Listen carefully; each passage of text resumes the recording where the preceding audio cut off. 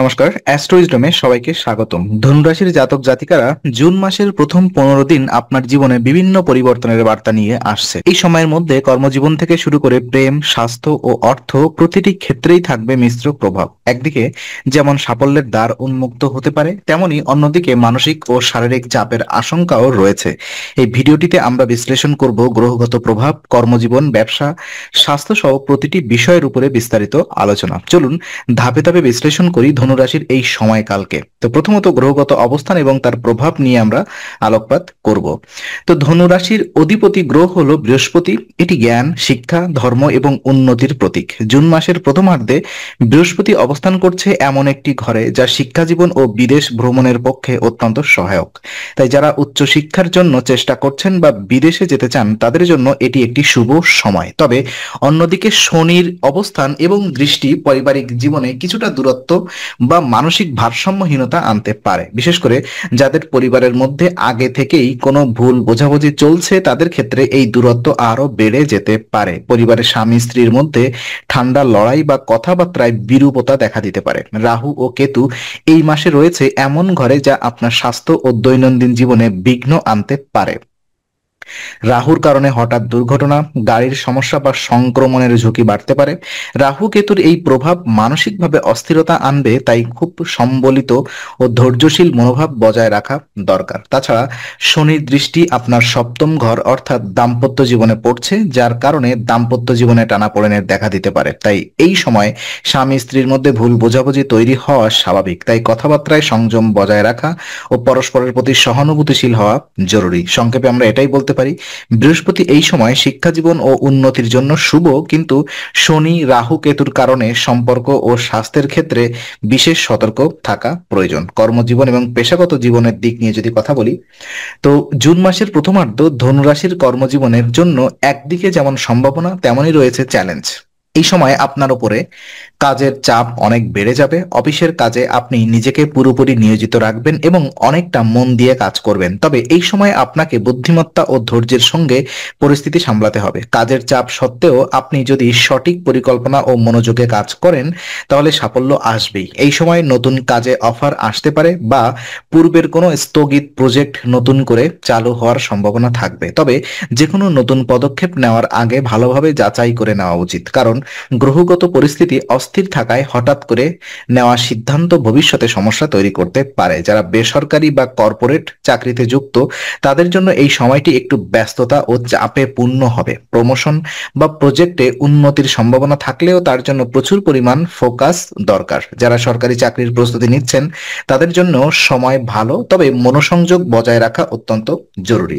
অন্যদিকে ব্যবসায়িক অবস্থা নিয়ে যদি আলোকপাত করি, তো ব্যবসার ক্ষেত্রে ধনুরাশির জাতকদের জন্য জুন মাসের শুরুটা কিছুটা দুর্বল হতে পারে।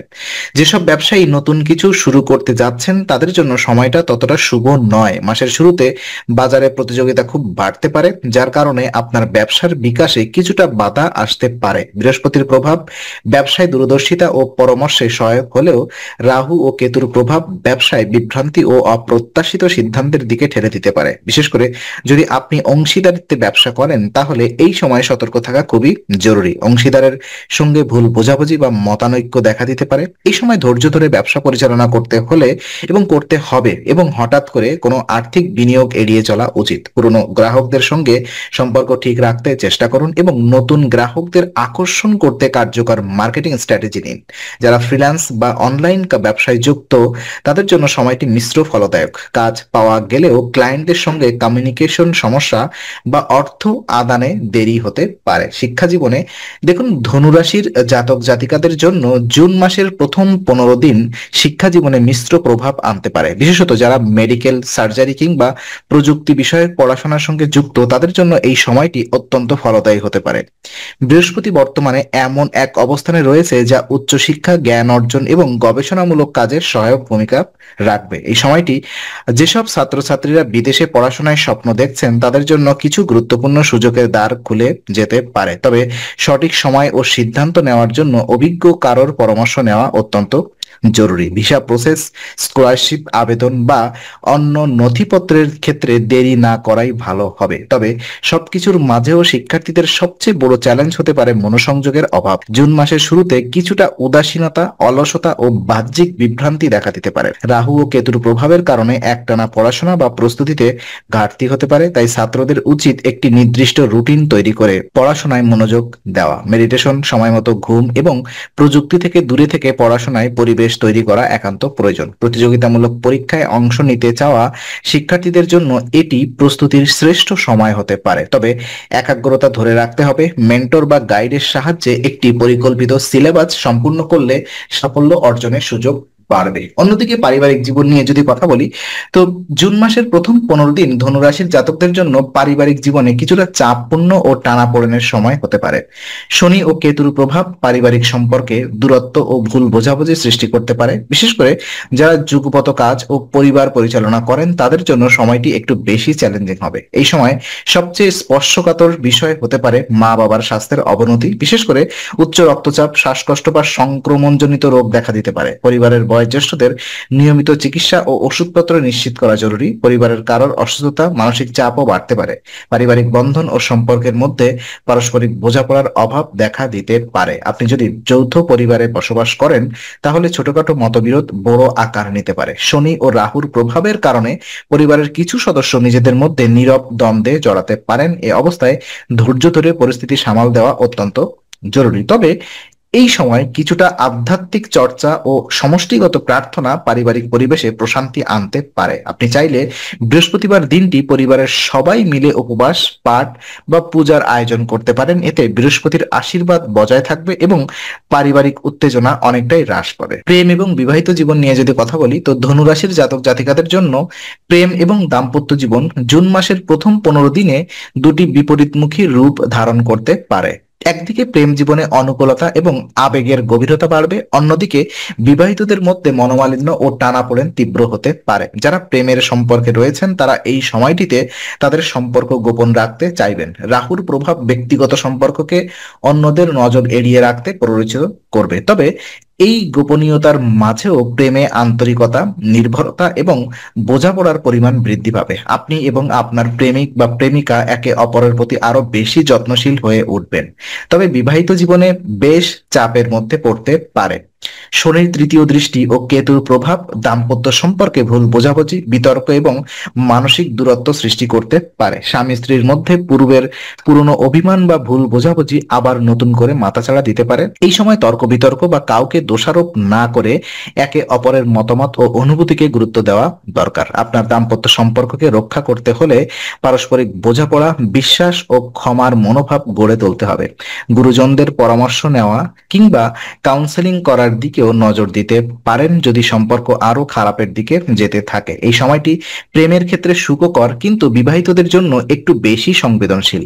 তাই আপনাকে প্রতিটি শব্দ ও আচরণে সতর্ক থাকতে হবে এবং সম্পর্ককে মজবুত রাখতে প্রয়োজনে আত্মত্যাগ ও নম্রতা অবলম্বন করতে হবে। আর্থিক অবস্থায় আর্থিক দিক থেকে যদি আলোচনা করি, তো জুনের মাসের প্রথম 15 দিন কিছুটা মিশ্র ফল আনতে চলেছে ধনুরাশির জাতকদের জন্য। এই সময় আপনার আয়ের কিছু উৎস বৃদ্ধি পেলেও অনেক গুণে বেড়ে যেতে পারে খরচ, যার ফলে আর্থিক চাপ অনুভূত হবে। পরিবারের কিছু সদস্য, বিশেষ করে জীবনসঙ্গী বা সন্তানদের মাধ্যমে আয়ের নতুন সুযোগ সৃষ্টি হতে পারে। কেউ হয়তো নতুন চাকরি পেতে পারেন, আবার কেউ পার্ট টাইম ব্যবসার মাধ্যমে বাড়তি অর্থ উপার্জন করতে পারেন। তবে এই আয়ের বিপরীতে হঠাৎ করে চিকিৎসা, শিক্ষা কিংবা পারিবারিক প্রয়োজনে অপ্রত্যাশিত খরচ তৈরি হতে পারে। বাজারে প্রতিযোগিতা ও ব্যবসায়িক অস্থিরতা বাড়ায়। যারা ব্যবসায় জড়িত তাদের জন্য বিনিয়োগ বা বড় অর্থনৈতিক সিদ্ধান্ত নেওয়ার ক্ষেত্রে সতর্কতা অবলম্বন করা জরুরি। বিশেষ করে মাসের শুরুতে কোনো আর্থিক লেনদেন বা চুক্তি খুব ভেবেচিন্তে করতে হবে। এছাড়া পারিবারিক অনুষ্ঠান, উপহার বা বাড়তি দায়িত্ব ব্যয় বাড়ানোর অন্যতম কারণ হতে পারে। এই পরিস্থিতিতে একমাত্র উপায় হচ্ছে বাজেট পরিকল্পনা।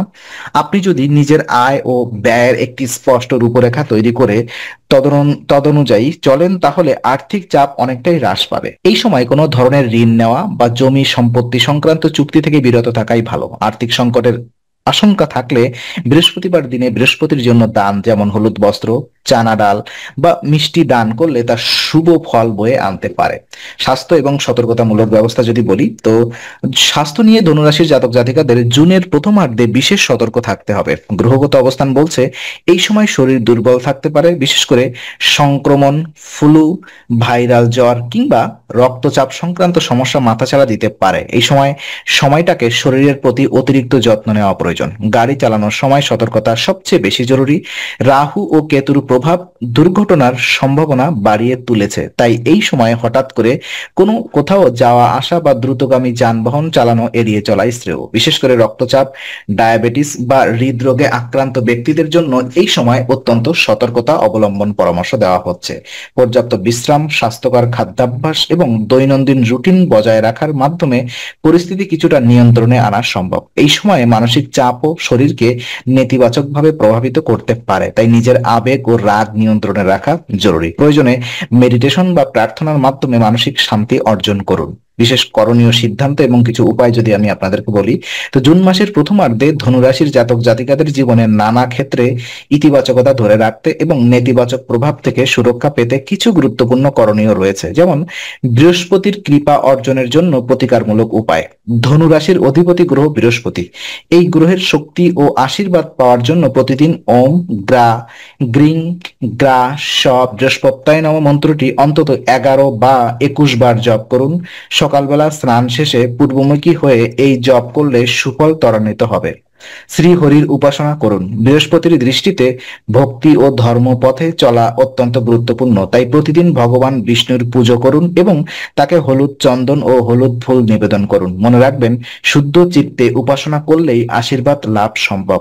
রাহু কেতুর প্রতিকূল প্রভাব হ্রাস করতে মঙ্গলবার বা শনিবার রাহু কেতুর শান্তির জন্য প্রার্থনা করুন। কেতুর প্রভাবে মানসিক চাপ ও দুর্ঘটনার সম্ভাবনা বাড়ে, তাই ওম কে তবেই নম জপ করা যেতে পারে। কালো কুকুর বা পশু পাখিকে খাবার দিলে কেতুর দোষ কিছুটা হ্রাস পায়। মানসিক শান্তির জন্য প্রতিদিন অন্তত 10 মিনিট ধ্যান বা প্রার্থনার সময় দিন। গভীর নিঃশ্বাস গ্রহণ এবং মনোসংযোগের মাধ্যমে রাগ ও আবেগ নিয়ন্ত্রণে রাখতে পারবেন। শান্ত মনই শরীর ও ভাগ্য দুটোতেই ইতিবাচক প্রভাব ফেলবে। তো আজকে আলোচনা আমরা এখানেই ইতি করছি। আমরা আশা করি এটি আপনার মনে নতুন কিছু আলোর সঞ্চার করেছে। যদি ভিডিওটি আপনার ভালো লেগে থাকে তবে লাইক দিতে ভুলবেন না, আপনার মতামত জানাতে কমেন্ট করুন এবং প্রিয়জনদের সঙ্গে শেয়ার করে তাদের জীবনেও আলোর বার্তা পৌঁছে দিন। আর অবশ্যই আমাদের চ্যানেলটি সাবস্ক্রাইব করুন, কারণ এখানে আমরা প্রতি মুহূর্তে নতুন আলো ও জ্ঞানের কথা নিয়ে আসি। আবার দেখা হবে, ততক্ষণ ভালো থাকুন, শান্তিতে থাকুন। নমস্কার।